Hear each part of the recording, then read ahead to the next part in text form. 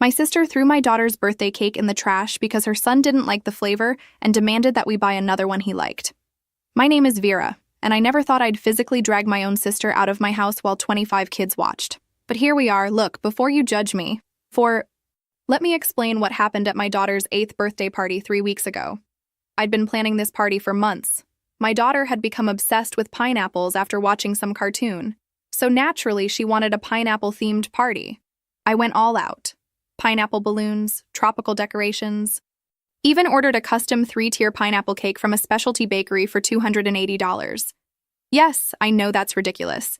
My husband told me I was being extra. But my kid deserved something special. Party was set for 2 p.m. I had the whole class invited, plus neighborhood kids. Rented a bounce house, hired a face painter, the works. Everything was perfect.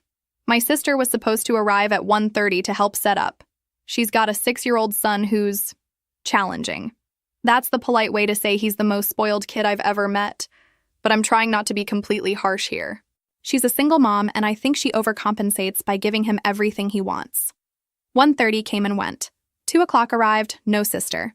Kids started showing up, and I was running around solo because my husband's not exactly party planning material. By 2:15, I'd called her 3 times with no answer. She finally showed up at 2:45, 45 minutes late. No apology. Just walked in with her son trailing behind, looking like someone canceled Christmas. I should have known something was wrong right then. I was organizing a game when I heard my daughter scream. Not a fun scream, a genuine cry of distress. I ran to the kitchen, and there was my sister, holding my beautiful 3-tier pineapple cake over the trash can. "What are you doing?" I yelled. She looked at me with this blank expression. "He doesn't like pineapple. He wants chocolate." I stared at her. "What?" "My son doesn't like pineapple. You should have asked what he wanted. I need money to go buy a chocolate cake right now." Before I could process what was happening, she dropped it. Just dropped the entire cake into the trash. It hit the bottom with this horrible splat. Frosting exploded everywhere. Floor, cabinets, even the window. My daughter burst into tears, full body sobbing. Her friends stood frozen with their mouths open. I looked at my sister and felt something inside me snap.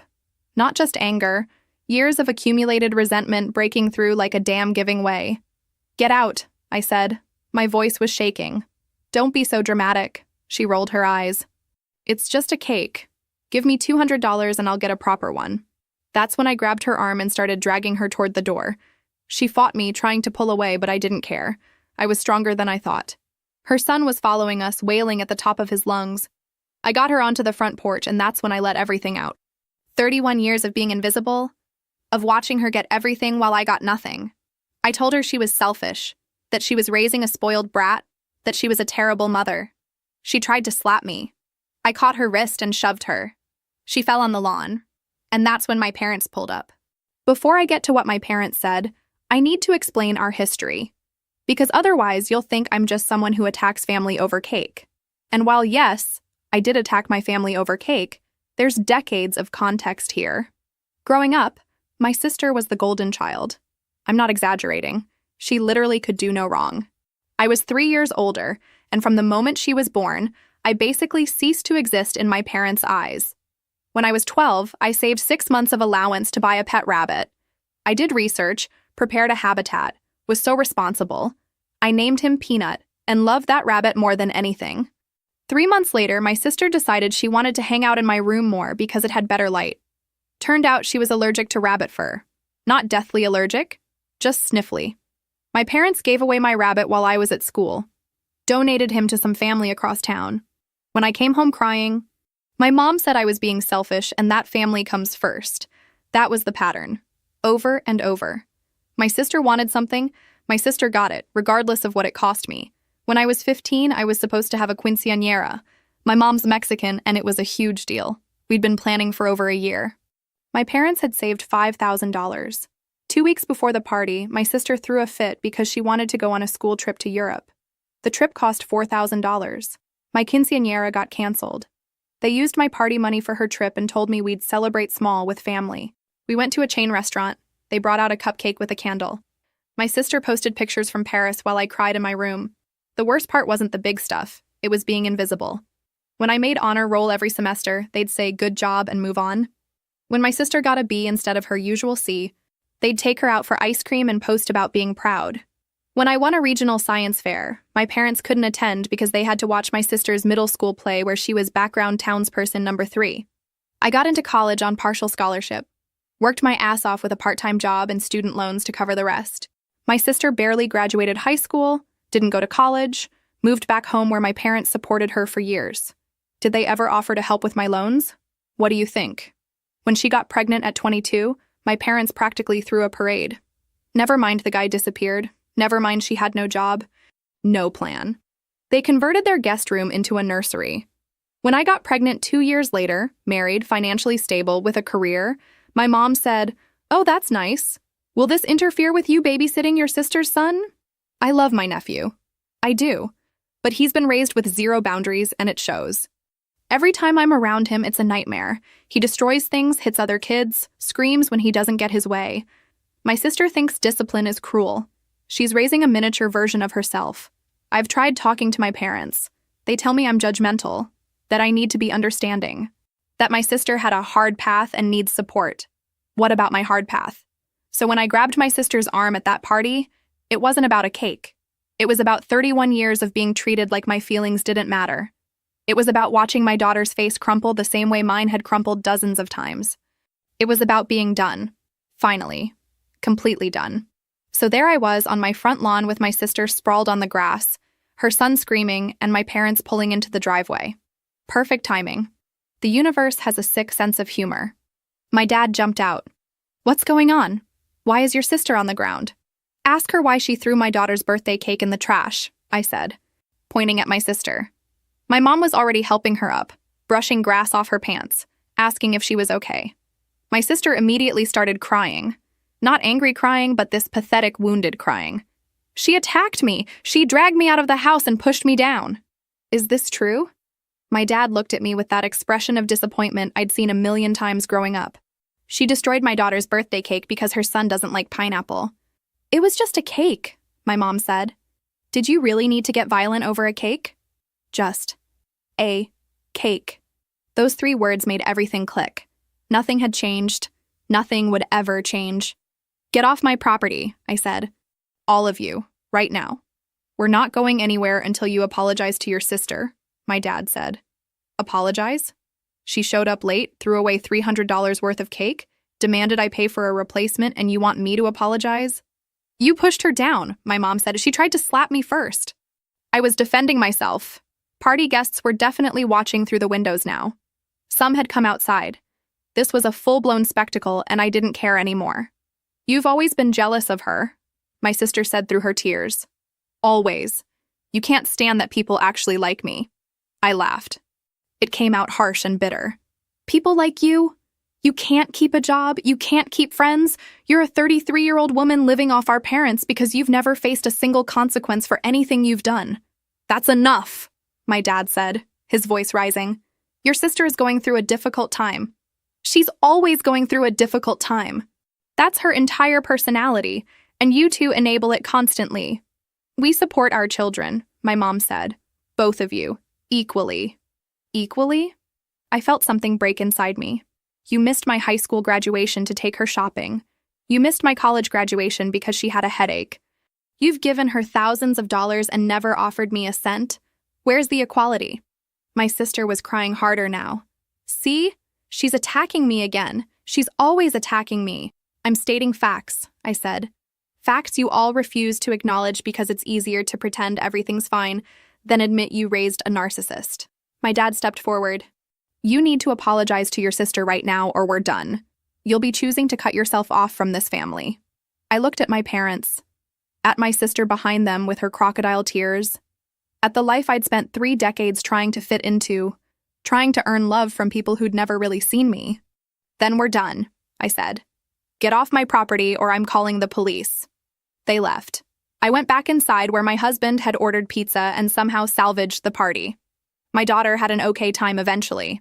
But that night, after everyone was gone and she was finally asleep, I sat in my kitchen looking at cake chunks still stuck to my walls and realized my family was never going to change. The only thing I could change was whether I kept letting them hurt me.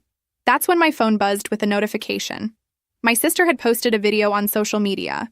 And suddenly, things got so much worse. The video my sister posted showed me dragging her through my house and shoving her on the lawn. But it started right when I grabbed her. No context, no cake in the trash, no her demanding money. Just me looking like an absolute psycho attacking my innocent sister. The caption, "I can't believe my own sister physically assaulted me at her daughter's birthday party. She dragged me out in front of all those children and pushed me down. I'm shaking and my son is traumatized. Should I press charges? I never thought family would treat me this way." The comments were already rolling in, hundreds of them. "Oh my God, what a psycho. That's abuse. Definitely press charges.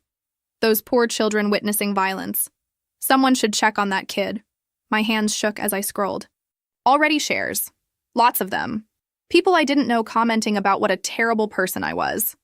I tried commenting to explain, but she'd blocked me. Can't have my side interfering with her victim narrative. I texted her, "Take down that video. You know that's not what happened." No response. "You threw my daughter's cake in the trash and demanded money. You're leaving out the entire story." Nothing. My husband found me at midnight still scrolling. "You need to stop looking at that. She's making me look like a monster. Everyone thinks I attacked her for no reason. Everyone who matters knows the truth." But that was the thing. Most people at the party were kids. The parents who were there? I didn't have their contact info. No way to reach them for backup. By morning, 10,000 views. 10,000 people who thought I was abusive. I spent that morning documenting everything. Photos of cake remains in my trash. Photos of splatter on my walls. Screenshots of messages confirming party time. Doorbell footage showing her arriving 45 minutes late. I made my own post with all the evidence, explaining what actually happened. Kept my daughter's face out of it, but made sure people understood this wasn't random violence. This was consequences for destroying something special for a child. The response was mixed. Some supportive comments. Others accused me of making up stories to cover abuse. The worst said even if she did throw away the cake, that didn't justify violence.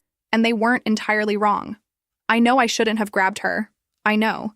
But with my daughter crying and my sister acting entitled, something broke. My sister's response. Now she's making up stories to justify her violence. Classic abuser behavior. Attack someone, then blame them for making you do it. I'm honestly scared for her family. The internet ate it up. People choosing sides. My husband's friends messaging him. My coworkers saw it. My boss saw it. I got pulled into an HR meeting about my home situation. Humiliating doesn't even cover it. 3 days of nonstop comments, shares, arguments between strangers. I'd posted doorbell footage showing her arriving late.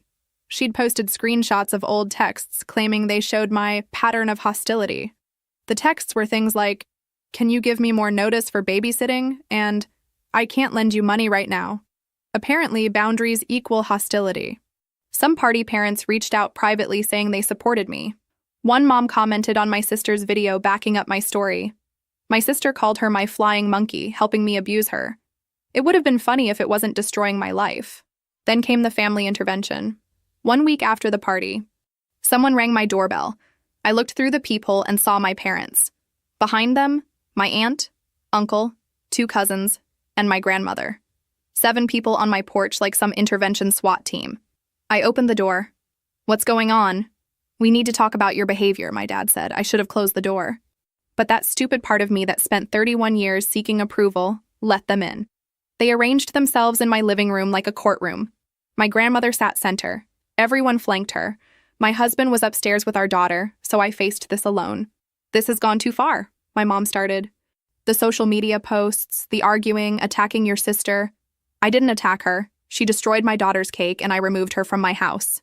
"You pushed her down," my uncle said. "We saw the video. She tried to slap me first. She fell when I shoved her away." "Still violence," my aunt said.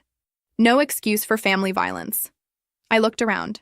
Did anyone ask her about the cake? About why I was upset? She said it was just a cake, my mom said. Even if it wasn't, your reaction was disproportionate. You need to apologize publicly. Take down your posts. Admit you overreacted. Ask forgiveness. I laughed. Actually laughed. You want me to apologize for being upset she destroyed something special for my daughter? You're acting like the victim, my dad said. But you got physical. You keep escalating online. Your sister is afraid of you. My sister is a manipulative liar who's been the golden child her entire life and can't handle someone finally standing up to her. Silence. My grandmother cleared her throat. That's enough. I didn't raise you to be cruel. Your sister has had a hard life. No, I stood up. Her life hasn't been hard. She's never faced consequences because you all enable her constantly. You know why she's a single mom? She got pregnant thinking it'd make a guy stay. You know why she can't keep a job? She starts drama everywhere until she's fired. You know why her son acts out? She doesn't parent him at all. That's horrible to say about your nephew, my mom gasped. It's true. And you all know it, but keep bailing her out and making excuses while I've had to work for everything. My cousin, one I'd been close with, spoke up. I mean, she's not entirely wrong. Everyone stared. She shrugged. Come on. We all know my aunt has always babied her. We've talked about it. That's not the point, my dad said quickly. When's the last time you came to my daughter's school events? I interrupted. Or asked about my job? Or congratulated me on anything? But when my sister needs rent money for the 4th time this year, you all pool together. Where was family solidarity when I worked full-time through college? You didn't need help, my mom said. You've always been so capable. Because I had to be. Otherwise, I'd have ended up like her, useless and dependent. My aunt stood. She's clearly not ready for rational conversation. Wait, another cousin said. I want to hear this. Why does she get away with everything? My grandmother sighed. Because she's not strong like you, Vera. She needs more support. There it was. Finally said out loud. I wasn't given support because I was strong enough not to need it. Get out, I said quietly. All of you. They left arguing amongst themselves. My husband found me afterward shaking on the couch. But something had shifted. For the first time, cracks appeared in the family's unified front. After the intervention disaster, I did something probably petty. I started investigating my sister's past. Not stalking, just reaching out to people I knew she'd had conflicts with, asking what happened. I found a pattern, a very clear pattern of her starting problems, playing victim, and walking away while everything burned. Her former roommate from 5 years ago responded to my message within an hour. Paragraphs about how my sister moved in needing a month or two, stayed 8 months without paying rent, ate her food, used her car without asking. When confronted, posted online about being made homeless by someone she thought was a friend. The roommate lost mutual friends before truth came out. Her high school best friend told similar stories. Sister borrowed her car, got in an accident, claimed the friend forced her to drive in unsafe conditions. Their whole friend group took my sister's side for months until someone discovered she'd taken the car without permission. I contacted 3 former coworkers. All said the same. Sister started jobs enthusiastic, then gradually created drama. Accused coworkers of bullying, claimed managers treated her unfairly, said she was discriminated against for being a single mom. At one job, filed harassment complaints about an employee who'd asked her to actually work. Got fired and posted rants about toxic work culture. Most damning, her son's former daycare. Ran into the director at the supermarket. She hesitated, then spilled. My sister had been kicked out, not her son, her. She'd linger for hours after drop-off, treating it like a co-working space. When asked to leave, claimed they were separating her from her son, affecting her mental health. Started showing up to other kids' birthday parties uninvited. When banned, posted scathing reviews about hostility towards single mothers. I compiled everything, screenshots, emails, statements, organized it into a document longer than my college thesis. What are you going to do with this? My husband asked, finding me typing at 11 p.m. I don't know, but I'm tired of being the only one who sees who she really is. Babe, I'm worried you're becoming obsessed. He wasn't wrong, but I felt like I was finally seeing clearly. Years wondering if I was the problem. Too sensitive. Too harsh. Too judgmental. Now I had proof. She'd left a trail of burned bridges and hurt people, and every time escaped accountability by playing victim. I sent the document to extended family. Subject line. The pattern. Mixed responses. Some didn't respond. A few said they didn't want involvement. But several sent thoughtful replies. My cousin from the intervention. I always knew something was off. This makes sense. An aunt I barely knew. Your uncle and I lent her over $6,000. Never paid back a cent. Your parents made us feel petty for mentioning it. Most surprisingly, my grandmother called. I read your document. Why didn't you tell us before? Would you have believed me? Long pause. Probably not. Your sister has always been good at explaining things to look innocent. That's called lying, Grandma. Another pause. I need to think. But Vera, I'm sorry we made you feel invisible. That wasn't fair. Not the full acknowledgement I wanted, but something. More than I'd ever gotten. That night I posted, I've learned about family patterns this week. About how dysfunction perpetuates because people prefer status quo over confronting uncomfortable truths. I'm done being comfortable. Done being silent. Done apologizing for boundaries. My sister's response came fast. And I'm done being abused by someone who's supposed to love me. Comments turned into a battlefield. But this time something different happened. People who knew her started commenting with their own stories. Nothing detailed, vague references to similar experiences, and I've seen this pattern. The tide was turning, slowly, painfully, but turning. Then karma came for my sister through her own son's behavior. 2 weeks after my daughter's disaster party, karma hit my sister through her son. And look, I feel guilty saying that because he's just a kid and none of this is his fault. But what happened was both vindicating and horrifying. My nephew attends private school. My parents pay because public school wasn't good enough. They had a spring fair with games and food trucks. I heard about it from a friend whose son is in his grade. According to multiple witnesses, and eventually local news because yes, it made the news, my nephew completely lost it. Some ring toss game where you win prizes. He didn't win. The prize he wanted was a stuffed animal, and when he didn't get it, he started screaming. Not crying. Screaming. Full volume, red-faced, veins popping, screaming. My sister demanded the volunteer running the game just give him the prize because he's having a hard day. When the volunteer said no, that's not how games work. My nephew grabbed the prize and ran. The volunteer followed to get it back. My sister got in her face yelling about discrimination against single mothers and kids from difficult backgrounds. His background is spoiled rotten, but sure. Other kids saw him take the prize and started chanting, "Cheater, cheater." My nephew responded by picking up a plastic baseball bat from the games area and hitting a kid. Hard enough the kid needed ice pack and parents called. When a teacher tried taking the bat, my nephew bit her. Bit her hand hard enough to break skin. School security got involved. Took him to the principal's office while my sister followed screaming about lawsuits and discrimination. The whole thing got captured on multiple phones. By evening, it was all over local social media. My friend sent me a link. Isn't this your nephew? I watched 3 times. Worse than imagined. You could see his face red and contorted with rage, completely out of control. My sister not calming him but defending his behavior, blaming everyone else. You could hear her screaming, "He has special needs. You're all ableist." For the record, he doesn't have special needs. Never been diagnosed. He's just never been taught actions have consequences. The video got hundreds of comments. People appalled. General consensus, child needs help. Mother failing him. Several people who'd seen my sister's posts about me pointed out the irony. Here she was calling me abusive while her son literally hit other children. School called emergency meeting. Suspension for a week. Required psychological evaluation before return. Permanently banned from school events unless directly supervised. My sister went nuclear. Posted long rant about targeting her son, trying to label him troubled to justify ableist policies, considering legal action. Set up fundraiser for legal fees to fight educational discrimination. The fundraiser raised $73. Her previous I Was Assaulted fundraiser had raised nearly $2,000. The tide was definitely turning. My parents called me for the first time since intervention. Did you see what happened to your nephew? I did. He's going through tough times. Your sister needs support, not judgment. Mom, he attacked another child and bit a teacher. That's not tough times. That's serious behavioral problems needing professional help.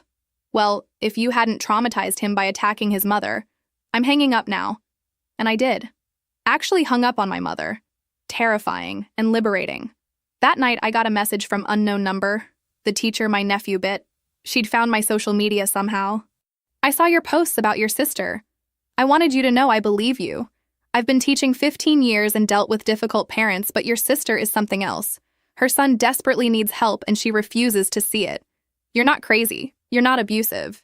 You're the only one in that family who sees reality clearly. I stared at that message for a long time. Validation from a stranger shouldn't have meant so much. But it did. It really did. And things were about to get much worse. 3 days after the school incident, things escalated. It was 2:17 in the morning. I know the exact time because I checked my phone when someone started pounding on my door. Not knocking, pounding, like trying to break it down. My husband shot up. What the hell? I grabbed my phone and pulled up the doorbell camera. My sister on our porch, clearly drunk, stumbling, hair a mess, mascara running, hitting the door with both fists, yelling something I couldn't make out. It's my sister. She's drunk. I'm calling the police, my husband said, reaching for his phone. Wait. Some stupid ingrained sense that you don't call cops on family. I pulled up two-way audio. What do you want? Her face appeared close to camera, distorted and wild-eyed. I want to talk. Like adults. Let me in. You're drunk. Go home. I'm not drunk. I had 2 drinks. Stop making me seem crazy. She definitely wasn't slurring badly, but her eyes were unfocused, movements exaggerated. Whether 2 drinks or 10, she was in no condition for productive conversation. Go home or I'm calling police. Call them! Call them so they can see how you abuse me, how you've turned everyone against me. She kicked the door. Actually kicked it hard enough I heard something crack. My husband was already on with emergency services. I switched camera to record. My sister completely lost it, screaming about how I'd ruined her life, poisoned family against her, that I was terrible and had always been jealous. She kicked the door twice more, leaving scuff marks and cracks. Then she noticed the camera, got right up close and yelled at the lens. You think you're so perfect. You're not. You're a bitch and everyone knows it. Your daughter's going to grow up hating you. That one hurt. Really hurt. My daughter appeared in our doorway. Mommy, what's that noise? It's nothing, sweetie. Go back to bed. Is that Auntie? I hesitated. Yes, but she's leaving soon. Go back to your room. My husband guided her out while I watched camera. My sister had moved to our window trying to look inside. When that didn't work, picked up a decorative rock from landscaping. For a horrible second, I thought she'd throw it through the window. She just held it, swaying. Police arrived 7 minutes after the call. I watched through camera as they pulled up, lights flashing. My sister immediately dropped the rock and started crying. Not angry crying, pitiful victim crying. Thank God you're here. My sister locked me out and I just wanted to talk. I think she's having a mental health crisis. I'm worried about my niece. I couldn't believe it. I opened the door and stepped out. 2 officers stood with my sister. Are you the homeowner? The male officer asked. Yes, she's my sister. Showed up drunk at 2 a.m. attacking my door. I'm not drunk. I had 2 glasses of wine hours ago. She's lying because she hates me. Ma'am, have you been drinking? The female officer asked. I told you, just 2 glasses. I need you to take a breathalyzer. My sister's face cycled through anger. Panic, calculation. I don't have to. I'm not driving. You're on someone's property at 2 a.m., damaging their door after they called about your behavior. Take the test voluntarily or we take you in for public intoxication and trespassing. She looked at me with pure hatred. This is what you wanted. To humiliate me. I wanted to sleep without being terrorized, I said. She failed. BAC.13, well over legal driving limit. Officers arrested her for public intoxication, trespassing, vandalism. Asked if I wanted to file additional charges. I said yes to everything. As they put her in the car, she screamed about false arrest and brutality. The female officer gave me her card. You should get a restraining order. This isn't normal sibling conflict. This is escalating harassment. After they left, my husband and I stood looking at the damaged door. Scuff marks, cracks in wood. Doorbell camera captured everything. We're getting that restraining order, he said. Not a question. Yeah, we are. My mother bailed my sister out by 6 a.m. Found out she'd posted bail and brought her to their house where she was recovering from trauma of being arrested. The trauma she brought entirely on herself, but facts have never been my family's strong suit. I filed for the restraining order, submitted video evidence, neighbor statements, court date set for 2 weeks out. I tried to just live my life. Work, take care of my daughter, pretend everything was normal. Worked for exactly 4 days. I was at my office, medical billing, thrilling stuff, when the receptionist called. Vera, your parents are here. They say they'll wait. My stomach dropped. Of course they'd come to my workplace. Nothing was sacred. I should have stayed in my cubicle. Should have called security. Instead, I walked out. My parents stood with identical expressions of disappointment and determination. We need to talk, my father said. Not here. This is my workplace. Then you should have answered our calls, my mother said. I'd blocked their numbers 2 days ago. I didn't mention that. Come outside. Parking lot. 92 degrees and humid. Missouri late spring is basically a swamp. Sweating through my blouse immediately. My parents didn't notice the heat. Too focused on their mission. You need to drop this restraining order, my dad started. It's not nonsense. She showed up drunk at 2 a.m. and damaged my property. She was upset. She made a mistake. That's what family does. Forgive mistakes. A mistake is forgetting a birthday. Showing up drunk at 2 in the morning attacking someone's door is assault and vandalism. You're being dramatic, my mother said. As usual. You know what this is doing to her? She's devastated. She's talking about... Paused, lowered voice. Hurting herself. Nuclear option. Thing my sister always threatened when not getting her way. I'd heard variations my whole life. Emotional manipulation 101. If she's genuinely suicidal, she needs to be hospitalized getting professional help, not living with you while you enable her. We are not enabling, my father snapped. We're supporting her through difficult times. You've been supporting her through difficult times for 33 years. When does it end? Co-workers walking past. Definitely listening. This would be all over the office tomorrow. You're destroying this family, my mother said, tears welling. We used to be close. Now you're tearing us apart over what? A cake? Online arguments? She threw away my daughter's birthday cake, then showed up at 2 a.m. How is this my fault? Because you won't forgive. You hold grudges. You've always been like this. So rigid, so unforgiving. I wonder why. Maybe growing up invisible while you worshipped her? My father stepped forward. That's not fair. We've always treated you equally. I laughed, harsh and bitter. Dad, you missed my high school graduation to take her shopping. Missed my college graduation because she had a headache. You've lent her tens of thousands and never given me a cent. Equal? She needed help more. No, she demanded help more. There's a difference. Impasse.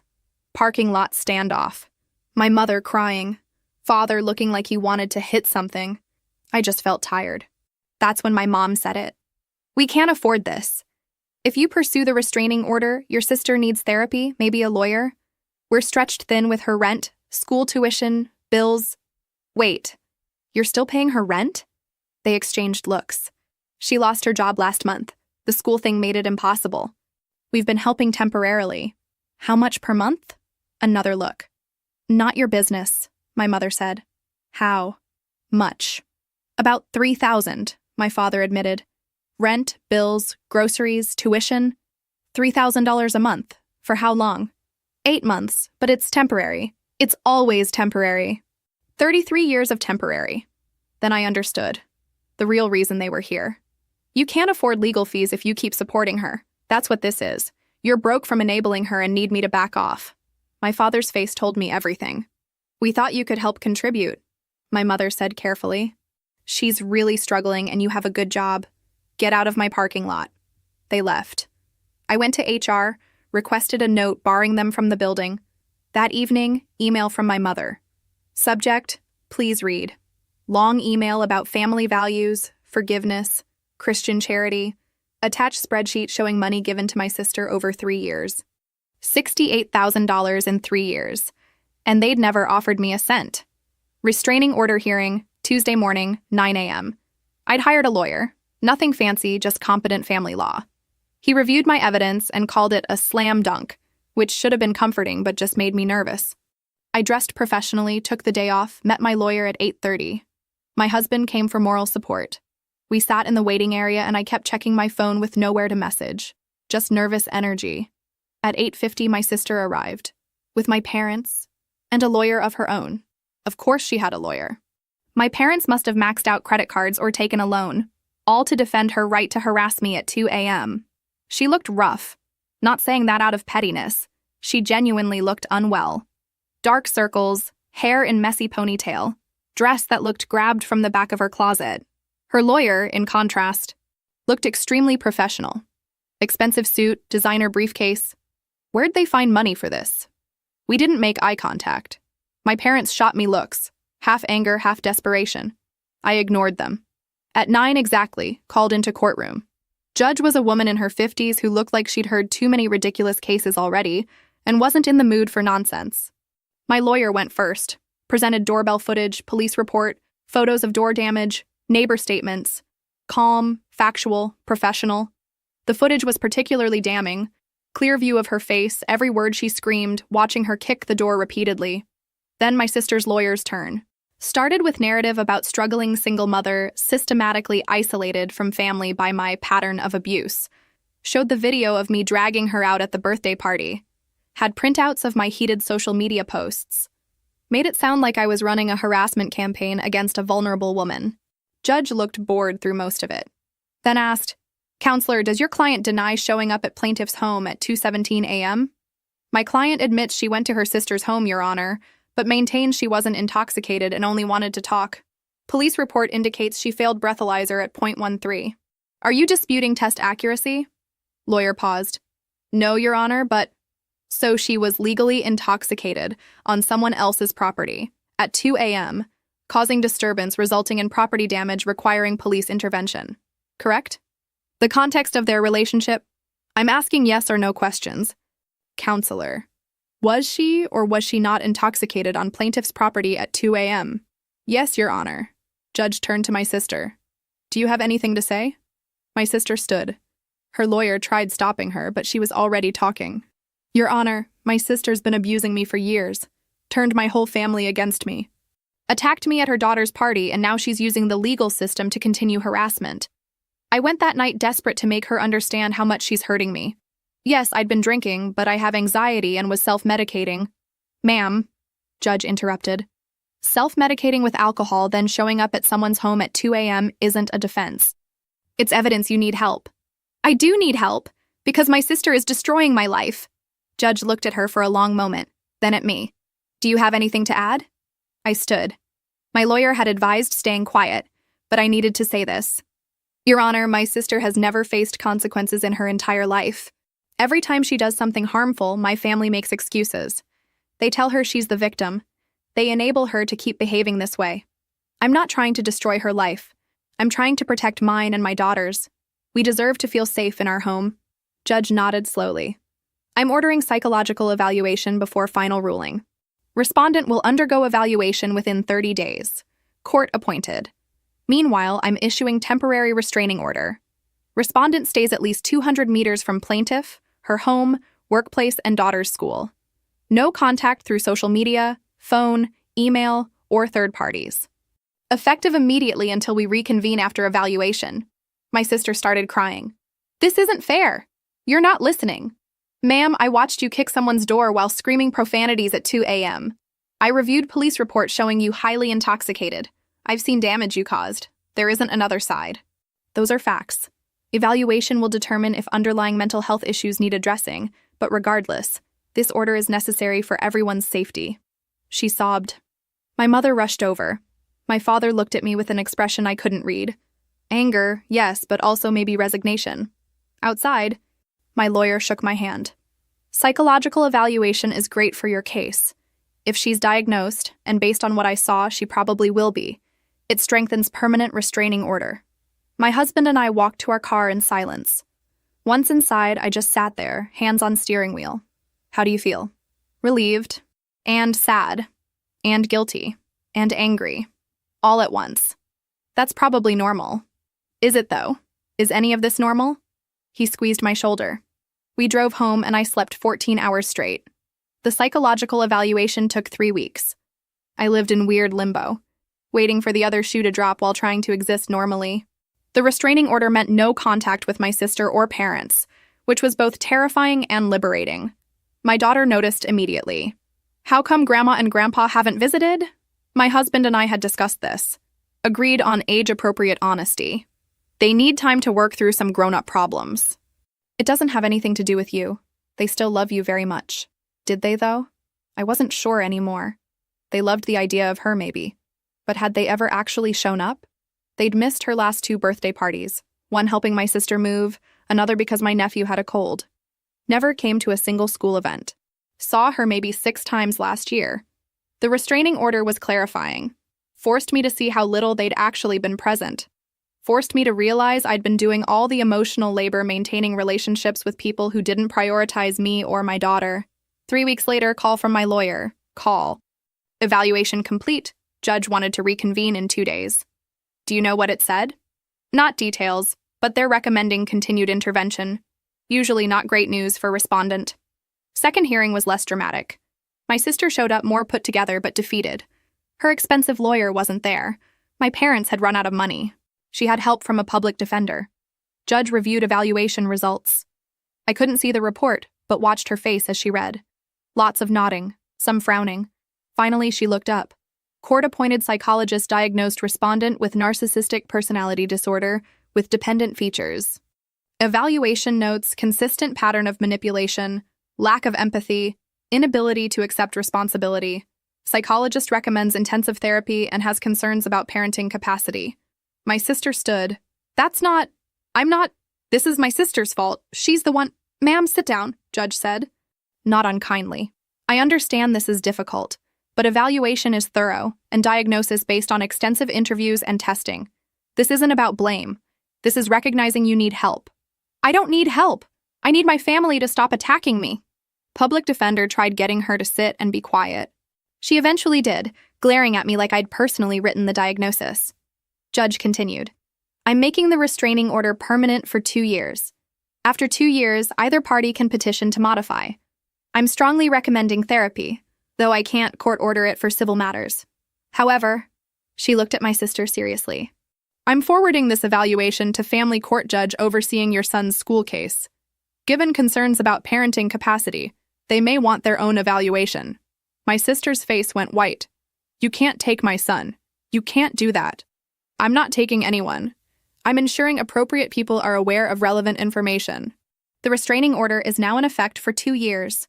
200 meters minimum distance. No contact. Violations result in criminal charges. Understand? My sister nodded but looked somewhere else entirely. Dissociating, maybe. I almost felt bad. Almost. Outside the courthouse, I stood in sun and just breathed. It was over. Actually, over. Legal protection now. My family couldn't just show up anywhere. I was free. My phone buzzed. Unknown number. This is your aunt, mom's sister. Heard about court. Want you to know I'm proud of you for standing up for yourself. Your mother is furious with me for saying this. But someone needs to tell you. You did the right thing. Your sister needed consequences for decades. Sorry we all failed you by not providing them sooner. I sat in my car and cried. Not sad tears. Release. Years of tension finally leaving my body. That weekend, my husband came home with paint samples. I was thinking, maybe it's time we painted the guest room. Make it something useful. Home office for you or a craft room? We keep it for when family visits. What family? He asked gently. Your parents haven't stayed over in 3 years. My parents prefer hotels. Who are we keeping it for? He was right. Maintaining a guest room for family members who never visited, never stayed, never wanted to be part of our lives beyond superficial. Yeah, let's paint it. Make it a reading room. Big comfy chair, good lighting, shelves for books I never have time for. Perfect. We painted it warm sage green. Built bookshelves. Got a chair that felt like clouds. Every time I sat there with a book and tea, I felt more like myself. Like the person I might have been if I'd grown up in a family that actually saw me. My daughter started therapy. Not because she was traumatized, but we wanted her to have tools I never had. Therapists said she was resilient and well-adjusted. Relief. I started therapy too. Regular weekly sessions unpacking 33 years of dysfunction. Learning I wasn't crazy or demanding or difficult. Just a person who'd finally learned to have boundaries. Nearly 4 years have passed since that birthday party. My daughter just turned 12 and we threw her the party she actually wanted.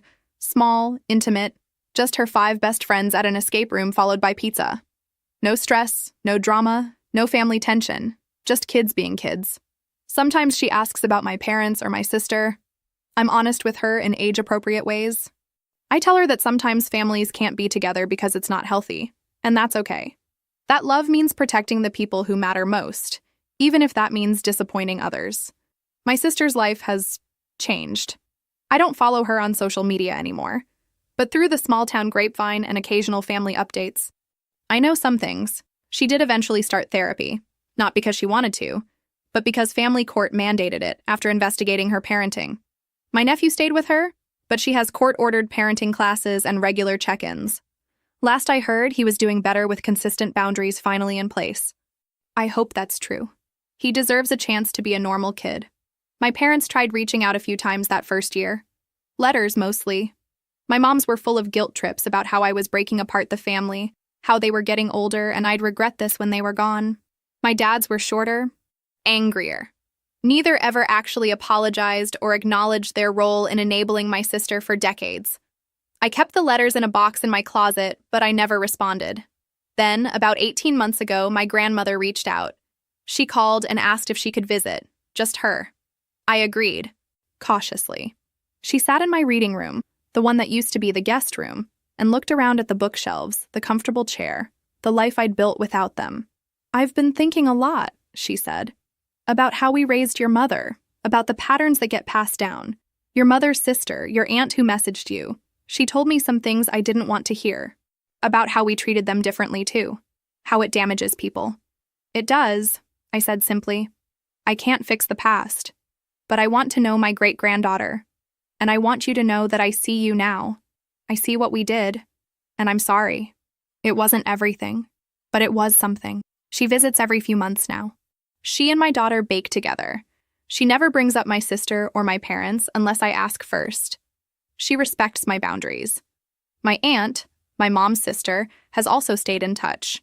She told me that my parents are struggling financially, having drained their retirement supporting my sister. They're trying to get her to move back in with them to save on rent. The cycle continues, just in a smaller orbit that doesn't include me. I don't feel guilty about that anymore. Therapy helped. Understanding that I'm not responsible for fixing problems I didn't create, that was huge. Learning that boundaries aren't punishment, they're protection, that was everything. My marriage is stronger. My husband says I'm lighter now, less weighed down by trying to earn love from people who were never going to give it freely. My daughter is thriving. She's confident, kind, has healthy friendships. She's never had to compete for attention or wonder if she matters. That alone makes every difficult choice worth it. I still have complicated feelings about my sister. I hope she's genuinely working on herself. I hope her son is okay. But I also know that her healing isn't my responsibility. I spent 31 years being collateral damage in her drama. I'm done with that. Sometimes I think about what I'd say to my younger self, the one who kept trying to earn her parents' approval, who wondered if she was too sensitive or too demanding. I'd tell her she wasn't the problem, that choosing herself wasn't selfish, that sometimes the most loving thing you can do is walk away from people who refuse to see you. The restraining order expired last year, but I renewed it for another 2 years. I'm not sure what I'll do when it does. Part of me thinks my sister won't reach out anyway. Narcissists hate being held accountable, and I became that accountability. Part of me is prepared for another round of drama if she does. But here's what I know for certain. I have a daughter who knows she's loved unconditionally. I have a husband who supports me completely. I have a home that feels peaceful. I have boundaries that protect my family. I have a life that's mine, not one dictated by dysfunctional family patterns. That 3-tier pineapple cake was expensive, but learning to value myself, that was priceless. And honestly, I'd destroy that cake myself 100 times over if it meant getting here, to this place where I'm finally free.